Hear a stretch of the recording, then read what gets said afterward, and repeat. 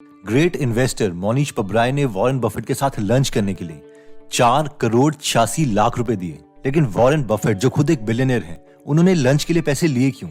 आइए इसके लिए मोनीश पब्राय की केस स्टडी देखते हैं, जो वॉरेन बफेट को अपना गुरु मानते हैं। मोनीश पब्राय के दादाजी फेमस जादूगर गुगाए पाशा थे, जबकि मोनीश के फादर एक सीरियल एंटरप्रेन्योर थे जिनके बिजनेसेस बहुत बार बर्बाद हो गए। मोनीश कहते हैं कि कई बार घर की ऐसी हालत हो जाती थी कि अगले दिन के खाने तक के हमारे पास पैसे नहीं होते थे। मोनीश स्कूल में भी अच्छा नहीं कर रहे थे, वो 65 बच्चों की क्लास में 62 रैंक लेके आते। लेकिन एक इंसिडेंट के बाद उनकी लाइफ पूरी चेंज हो गई। एक टीचर ने एक बार मोनीश से कहा कि तुम्हारा IQ तो कम से कम 180 है। मोनीश कहते हैं कि उस दिन के बाद से मैं खुद को बहुत स्पेशल समझने लग गया। किसी को भी इम्प्रूव करने के लिए बस एक बार हमें उन्हें यकीन दिलवाना पड़ता है कि उनमें कुछ खास बात है। उसके बाद वो पढ़ाई में इम्प्रूव हुए और साउथ कैरोलिना में क्लेम्सन यूनिवर्सिटी में पढ़े। वहां उन्हें स्टॉक मार्केट के बारे में पता चला। उन्होंने एक इन्वेस्टिंग क्लास अटेंड करी थी और 106% का रिटर्न लिया। मोनीश के प्रोफेसर ने उन्हें कन्विंस करने की कोशिश की कि वो अपना मेजर कंप्यूटर साइंस के बजाय फाइनेंस में करे, लेकिन मोनीश नहीं माने। उन्हें लगा कि फाइनेंस तो बहुत ही इजी क्लास है और ये बेवकूफ लोग पढ़ते हैं। मैं इन लूजर्स जैसा नहीं हूँ, मैं तो इंजीनियरिंग करूंगा।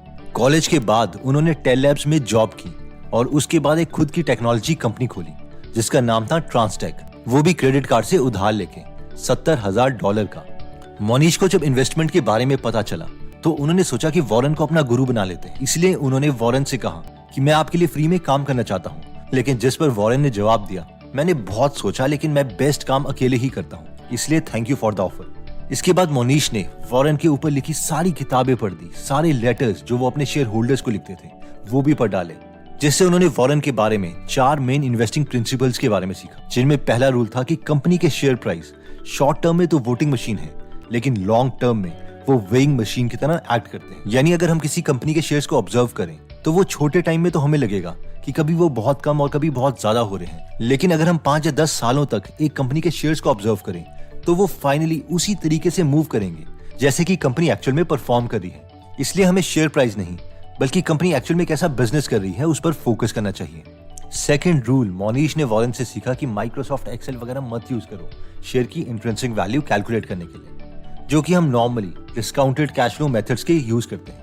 मोनीश कहते हैं कि हम एक्चुअल में कंपनी का फ्यूचर पता करने की कोशिश कर रहे हैं, इसलिए हम एग्जैक्ट नंबर नहीं कैलकुलेट कर सकते। जब भी हम कंपनी के शेयर्स खरीदना चाहते हैं तो हमें कंपनी उसकी इंट्रिंसिक वैल्यू से बहुत ही सस्ते प्राइस पे मिलनी चाहिए, जिसके लिए एक्सेल की जरूरत नहीं है। अगर हम एग्जैक्ट कैलकुलेट करने की कोशिश करें और हम ये कहें कि कंपनी की इंट्रिंसिक वैल्यू एग्जैक्टली 300 रुपए है और अभी इसका शेयर प्राइस 299 रुपीज है, तो ये गलत अप्रोच है, क्योंकि इसमें हमने मार्जिन ऑफ सेफ्टी नहीं लिया।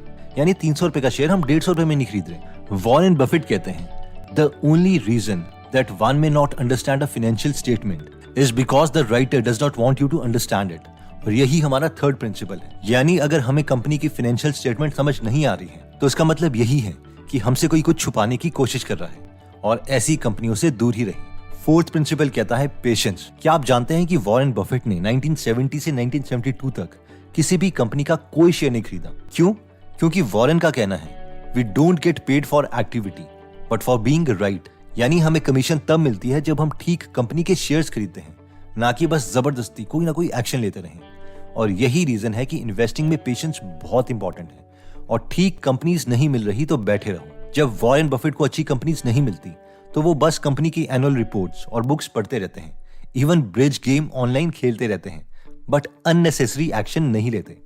इन सब प्रिंसिपल्स को सीखने के बाद मोनीश ने वॉरेन को पूरे तरीके से कॉपी कर लिया। वॉरेन ने 1956 से लेके 1969 तक एक इन्वेस्टमेंट पार्टनरशिप फर्म खोली थी, इसलिए मोनीश ने भी इसे कॉपी कर लिया और फी स्ट्रक्चर भी सेम रखा, जो कि था कि अगर वो अपने पार्टनर्स को इन्वेस्टिंग के जरिए पैसे कमा के देते हैं तो वो 6% फीस चार्ज करेंगे और साथ ही साथ 25% प्रॉफिट का लेंगे, और अगर फर्म को लॉस होता है तो वो 1 रुपया भी नहीं लेंगे। बाद में पता चला कि वॉरेन बफेट का सिस्टम जो मोनीश ने कॉपी किया था वो खुद वॉरेन ने अपने गुरु बेंजामिन ग्राहम से कॉपी किया था। मोनीश को वॉरेन बफेट की फेमस इन्वेस्टमेंट याद थी जो उन्होंने वॉशिंगटन पोस्ट में की थी, जिसमें वॉरेन को पता था कि वॉशिंगटन पोस्ट की पूरी कंपनी $80 मिलियन में मिल रही है, जबकि उसमें पड़े एसेट्स ही $400 मिलियन के थे। वॉरेन कहते हैं कि जब भी मैं कंपनी खरीदता हूँ तो मैं कोशिश करता हूँ कि बहुत ही सस्ते प्राइस में लूं ताकि रिस्क मिनिमम हो जाए। मैं $83 मिलियन की कंपनी $80 मिलियन में नहीं खरीदता, बल्कि इससे भी बहुत सस्ते प्राइस पर खरीदता हूँ। जैसे कि वॉशिंगटन पोस्ट $400 मिलियन की थी, जबकि इसके शेयर्स मैंने $80 मिलियन के हिसाब से लिए। मोनीश ने भी इसी प्रिंसिपल्स को यूज करके सैंडेवियन शिपिंग फर्म्स, इप्सको इंक जैसी कंपनीज में पैसे इन्वेस्ट किए और एक बहुत ही सक्सेसफुल इन्वेस्टर बने। 2017 में इनकी नेटवर्थ 1100 करोड़ रुपए के आसपास थी। आप में से कई लोग सोच रहे होंगे कि एक्सपोनेंशियल और कांस्टेंट ग्रोथ वाली मेजॉरिटी कंपनीज तो यूएस में हैं, जैसे Google, Apple, Facebook, Tesla, Amazon etcetera. तो इन कंपनीज के शेयर्स हम इंडियंस कैसे खरीदें? ये प्रोसेस पहले बहुत कॉम्प्लिकेटेड था और अभी भी कई बैंक्स और ब्रोकर्स हाई कमीशन और ब्रोकरेज फीस चार्ज करते हैं। यूएस स्टॉक अकाउंट सेटअप करने के लिए भी चार्जेस लेते हैं। लेकिन मैं आपको इंडिया से यूएस स्टॉक्स में इन्वेस्ट कैसे करना है, इसके बारे में सबसे आसान तरीका बताऊंगा। लेकिन इससे पहले हम ये देख लेते हैं कि हमें क्यों यूएस स्टॉक्स में इन्वेस्ट करना चाहिए। इसके दो मेजर रीजंस हैं। फर्स्ट, रुपीस का डॉलर के मुकाबले कमजोर होना। 2011 में $1 46.7 रुपीस का था और 2021 में $1 74 रुपीस का है। तो अगर हमने 2011 में किसी यूएस स्टॉक में इन्वेस्ट किया होता और उसका शेयर प्राइस बिल्कुल भी नहीं बढ़ता, तो भी हमारा invested amount 74 divided by 46.7 1.58 times हो जाता। तो आपको स्टॉक एप्रिसिएशन और रुपीस डेप्रिसिएशन का फायदा मिलता। दूसरा फायदा यूएस स्टॉक का यह है कि यूएस में हम फ्रैक्शनल स्टॉक्स खरीद सकते हैं, यानी एक शेयर का बहुत छोटा सा हिस्सा भी, जिसकी वजह से हम जितना चाहें उतना इन्वेस्ट कर सकते हैं। जो एप्लीकेशन मैं आपको रेकमेंड करूंगा यूएस स्टॉक्स के लिए, वो है इन मनी एप्लीकेशन, जो इस वीडियो में हमारे पार्टनर भी हैं। इन मनी ऐप में कोई भी US stock account opening fees नहीं है। आपको बेस्ट एक्सचेंज रेट्स मिलते हैं और स्टॉक्स की बाइंग एंड सेलिंग पे कोई ब्रोकरेज या कमीशन नहीं चार्ज होता। तो almost 20% money brokerage, commissions, bad conversion rate और अकाउंट ओपनिंग फीस में लग जाते हैं। दूसरी ओर, क्योंकि इन मनी इनमें से कोई भी फीस चार्ज नहीं करती, हमारे पास मैक्सिमम पैसे रहते हैं इन्वेस्ट करने के लिए। तो अगर आप अपनी यूएस स्टॉक जर्नी स्टार्ट करना चाहते हैं तो इस एप्लीकेशन का लिंक हम डिस्क्रिप्शन में दे देंगे। इन्वेस्टिंग स्टाइल ही नहीं, मोनीश वॉरेन की तरह चैरिटी भी करना चाहते थे। मोनीश इंडिया में अनंत कुमार जी के सुपर 30 प्रोग्राम से बहुत इंप्रेस थे कि उन्होंने कितनी फैमिलीज की लाइफ चेंज कर दी। वो अनंत कुमार से मिले और उन्हें कहा कि वो उनके सुपर 30 प्रोग्राम को बड़ा करने के लिए पैसे डोनेट करना चाहते हैं, लेकिन अनंत कुमार जी ने मना कर दिया। पावराय साहब का ईमेल हमारे पास आया। उस समय मेरा वेबसाइट भी नहीं था। इन्होंने किसी तरह से पता करके एक ईमेल दिया कि मैं आपको कुछ पैसे देना चाहता हूँ, आप सुपर 30 का प्रोग्राम चला रहे हैं अंडर प्रिविलेज बच्चों के लिए, तो मैं देना चाहता हूँ। मैंने कहा, जवाब दिया, एक मेरा रेडीमेड बना हुआ है कि भाई मैं पैसा नहीं लेता हूँ किसी से, बहुत बहुत धन्यवाद, आप बहुत महान हैं जो हमारी संस्था के लिए इतना सोचा। बस कट पेस्ट कर दिया। अनंत कुमार के प्रोग्राम से इंस्पायर होके मोनीश ने भी अपना कुछ सिमिलर प्रोग्राम खोला, जिसे नाम दिया गया दक्षिणा फाउंडेशन। ये स्वागत है। इन्होंने बच्चों को से मुलाकात की, सभी बच्चों को जो क्वालिफाई किए थे एक सेलफोन दिया, एक टी शर्ट दक्षिणा क्या दिया और मुझसे कहा कि मैं आपको रुपया देना चाहता हूं, फंड देना चाहता हूं, आप इस प्रोग्राम को आगे बढ़ाएं। मैंने कहा कि मैं तो किसी से फंड लेता नहीं हूं, सो मैं नहीं ले सकता हूं फंड। बच्चों को आपने इतना कुछ दिया, यही हमारे लिए बहुत बड़ी बात है। तब इन्होंने कहा कि कुछ उपाय करिए, कुछ देखिए, आगे बढ़िए। तो हमने कहा कि ठीक है, आप भी कुछ सिमिलर प्रोग्राम करिए, बहुत अच्छी बात होगी। तब इन्होंने दक्षिणा फाउंडेशन के तहत इस कार्यक्रम की शुरुआत की, जिसका परिणाम है कि आप लोग इतने अच्छे रैंक के साथ इस हॉल में उपस्थित थे।